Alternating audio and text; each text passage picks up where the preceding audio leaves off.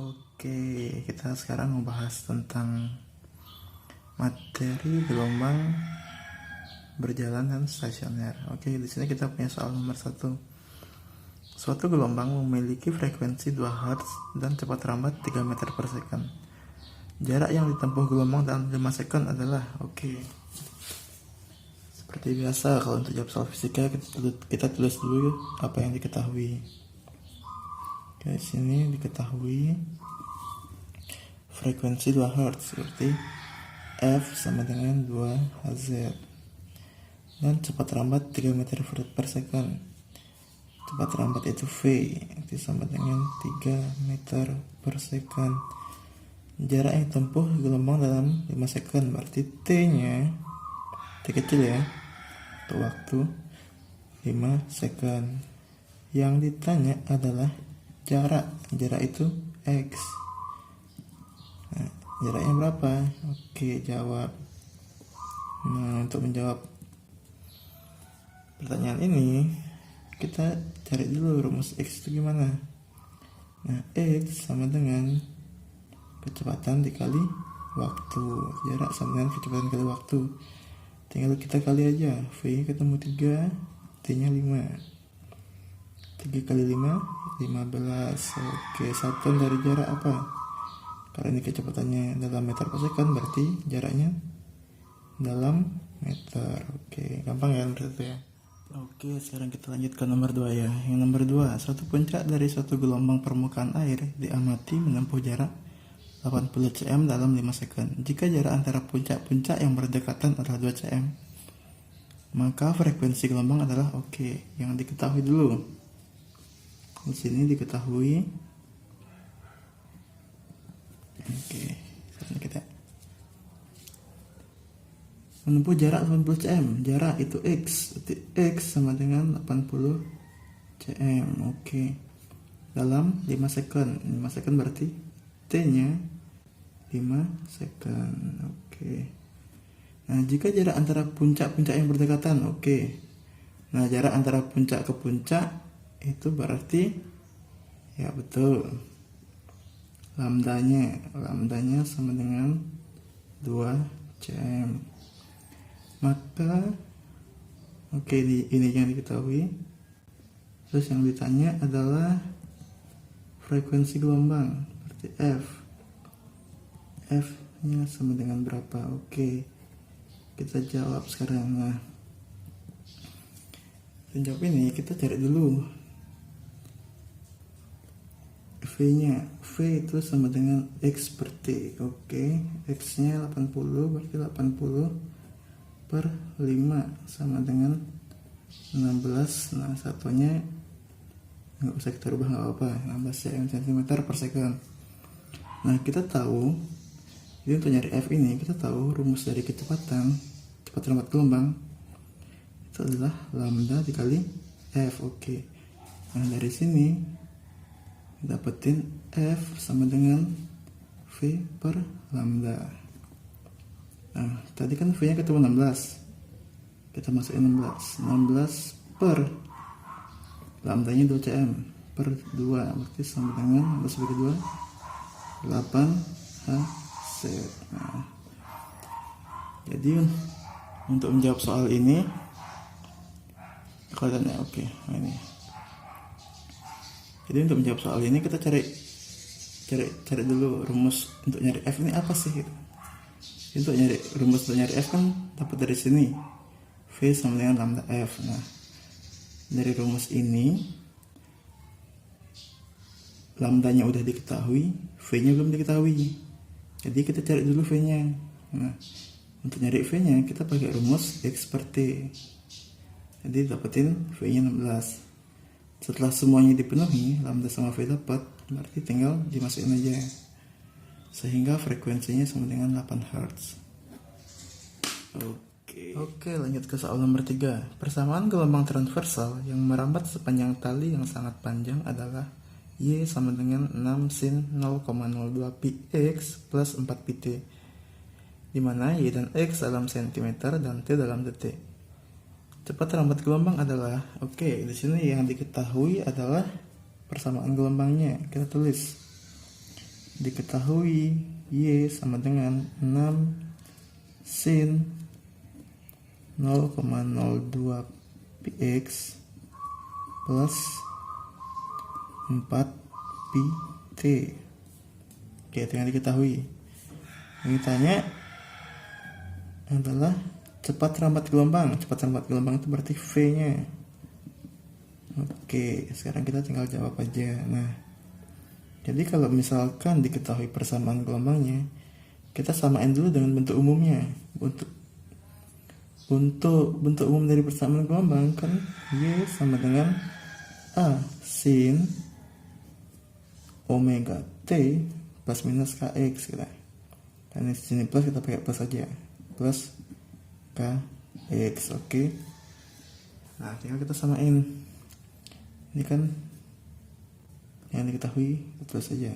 Y sama dengan 6 sin. Nah, ini kita rubah posisinya. Omega T berarti ini kan 4 pi T. T 4 pi T plus Kx 0,02 pi 02 pi X. Oke lah, dari sini kan udah bentuknya udah sama kan, berarti dari sini kita ketahui A nya 6, omega nya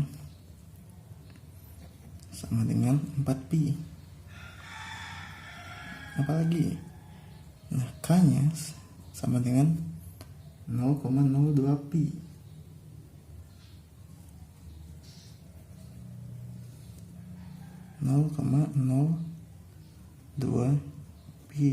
Oke. Nah, jadi untuk mencari cepat rambat gelombang itu rumusnya V sama dengan omega per K. Nah, omega sama K kan udah diketahui, tinggal kita substitusi aja. T sama dengan 4 pi per 0,02 pi. T pi nya habis, 4 dibagi 0,02 kita kali 100. 400 bagi 2 berarti sama dengan 200. Nah, di sini jangan lupa untuk satuannya. Ini kan satuannya tadi Y dan X dalam cm kan. Berarti V nya ini dalam cm per second. Kalau mau kita rubah jadi meter, tinggal bagi 100, berarti 2 meter per second. Kayak gitu jadinya. Oke. Jadi poinnya di sini, kalau kita menemukan soal kayak gini, persamaannya kita ubah dulu ke bentuk umum. Setelah dibawa ke bentuk umum, ntar bakal kelihatan A-nya berapa, omega-nya berapa, K-nya berapa. Terus itu tinggal kita oke. Masuk aja ke rumus. Ini kan kebetulan yang tanya adalah V, dimana rumus V itu bisa kita dapetin dari omega per K. Tinggal kita masukin. Nah, untuk satuannya 4 pi, ini radian per second. K-nya, nah karena ini dalam cm, berarti satuannya itu dalam radian per senti. Kayak gitu. Oke, lanjut ke soal nomor 4. Gelombang tali mempunyai persamaan Y sama dengan 10 cos 0,8 px sin 24 pt dengan Y dan X dalam meter dan T dalam second. Tentukan cepat rambat gelombang perut kedua dari ujung bebas, simpul ketiga dari ujung bebas. Oke, berarti yang pertama-tama itu yang diketahui Y sama dengan 10 cos 0,8 px sin 24 pi t. Nah, di sini kita tentuin apakah di ujung terikat atau ujung bebas. Karena bentuk persamaannya kayak gini, ngerti udah masuk ke ujung bebas. Terus kemudian yang ditanya adalah cepat rambat gelombang. Yang pertama itu V-nya. Yang berikutnya perut kedua. Jarak perut kedua dari ujung bebas berarti XP2 sama dengan berapa? Yang ketiga, jarak simpul ketiga dari ujung bebas XS3 sama dengan berapa. Oke. Jadi untuk menjawab ini kita tahu kalau bentuk persamaan ini adalah bentuk persamaan dari ujung bebas, yang mana bentuk umumnya adalah Y sama dengan 2A cos KX sin omega T. Berarti tinggal kita pasangin aja. Berarti Y sama dengan 10 cos 0,8 px sin 24 pi t. Nah, dari sini kita tahu kalau K-nya itu sama dengan 0,8 pi, omega-nya sama dengan 24 pi. Oke.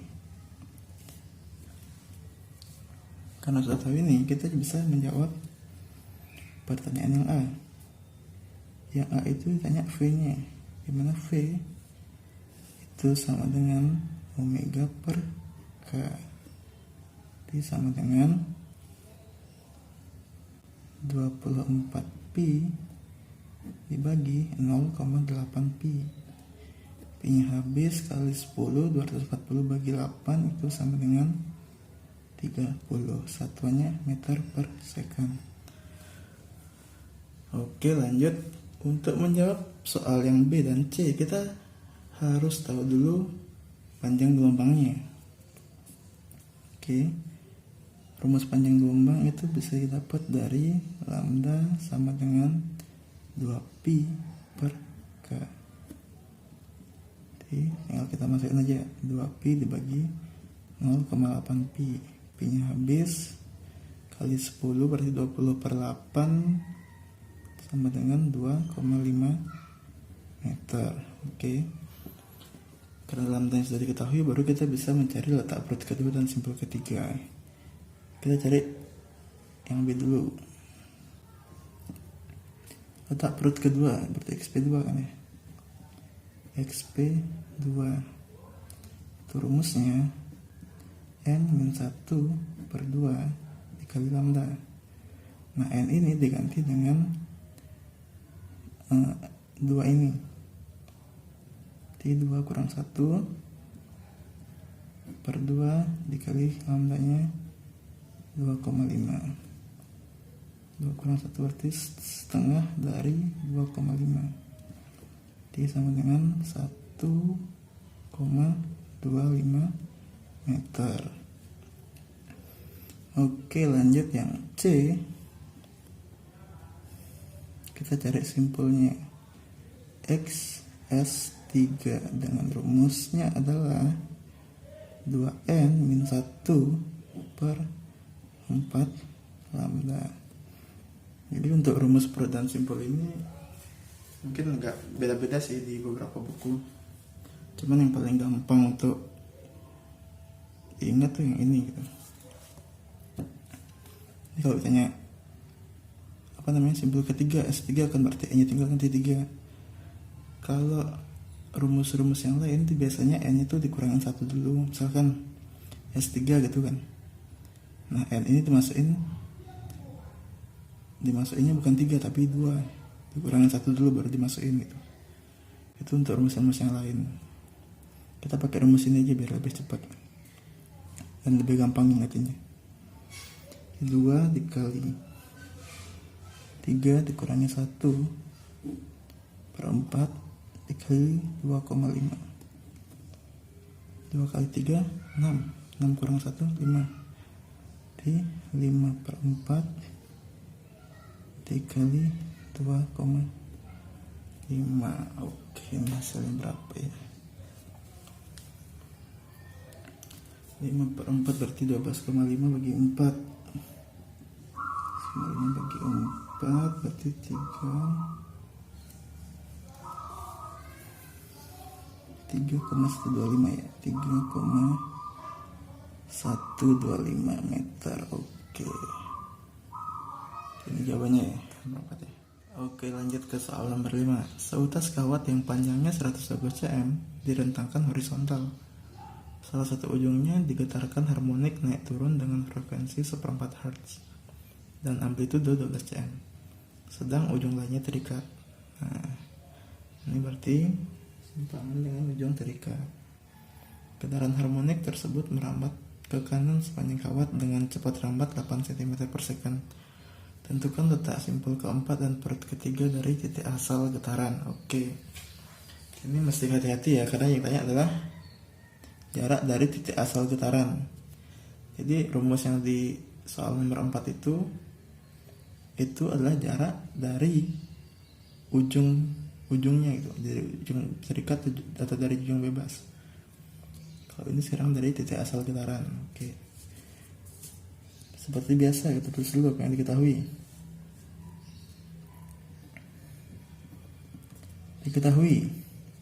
Seatas kawat yang panjangnya 120 cm, berarti L-nya sama dengan 120 cm. Frekuensi 1/4 Hz, berarti F sama dengan 1/4 Hz. Apalagi amplitude 12 cm. Oke. Ini banyak yang diketahui tapi enggak semuanya bakal kita gunain. Sedang ujung lainnya terikat ya. Masuk ke ujung terikat ya. Ujung terikat. Oke. Ya, nanti aja kita tulis di bab terakhir. Merambat ke kanan sepanjang kawat dengan cepat rambat 8 cm, berarti V-nya 8 cm per second. Ini nggak dirubah, nggak apa-apa. Oh, ingat dia ujung terikat. Walaupun sepele tapi penting ini keterangannya. Nah, terus yang ditanya adalah, buat sebelahnya aja ya, nah, bawahnya aja. Yang ditanya adalah letak simpul keempat, berarti X S4 sama dengan berapa? Dari titik asal. Yang kedua perut ketiga, berarti XP3 berapa dari titik asal. Oke. Nah, seperti biasa, untuk mencari letak perut dan simpul kita harus tahu dulu lambdanya. Oke, dari yang diketahui berarti kita pakai rumus lambda yang ini aja. Lambda sama dengan V per F. Oke, sama dengan V nya 8 dibagi F nya 1/4.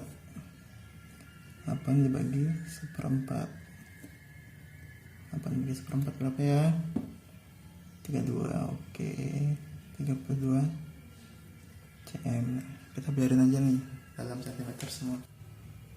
Nah, oke, tadi sampai di lambda dapatnya 32 cm ya. Oke, kita lanjutkan ya untuk mencari XS4 nya. Oke, sama untuk XS4 nya itu rumusnya N-1/2 dari lambda. N nya ganti 4, berarti 4 kurangi 1/2 dikali lambdanya berapa? 32.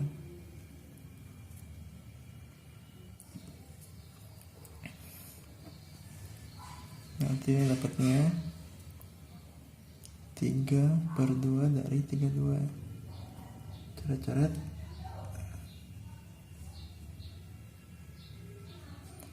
16 kali 3 48.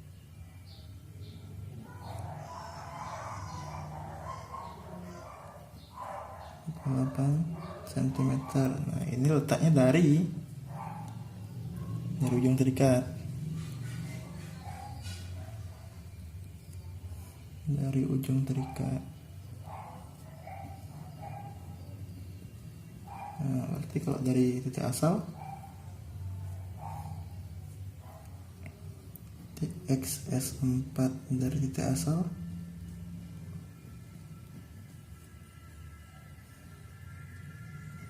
Nah, jadi kan ada L nya ketemu 120 kan, nah, tinggal kita kurangin aja, berarti sama dengan 120 dikurangi 48, kurangi 48 itu sama dengan 72 ya, 72 cm. Oke, sekarang lanjut. Nah, ini geser aja.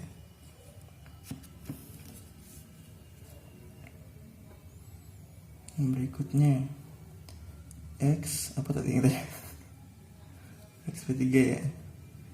XP3 sama dengan 2n-1 per 4 dari lambda. Ini sama dengan 2 dikali 3 kurangnya 1 per 4 dari 32. 2 kali 3 6 kurang 1 5, 5 per 4 dari 32.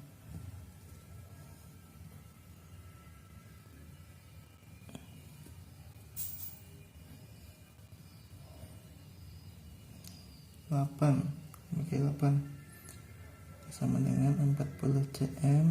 Nah, ini dari ujung terikat.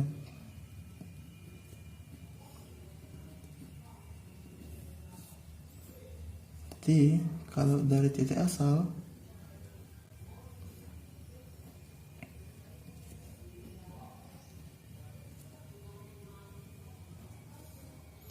ini sama dengan 120 kurangi 40, berarti sama dengan 80 cm. Ini ingat isi XP3 ya, lupa isi. Ini XS4. Oke, sekian. Selamat belajar.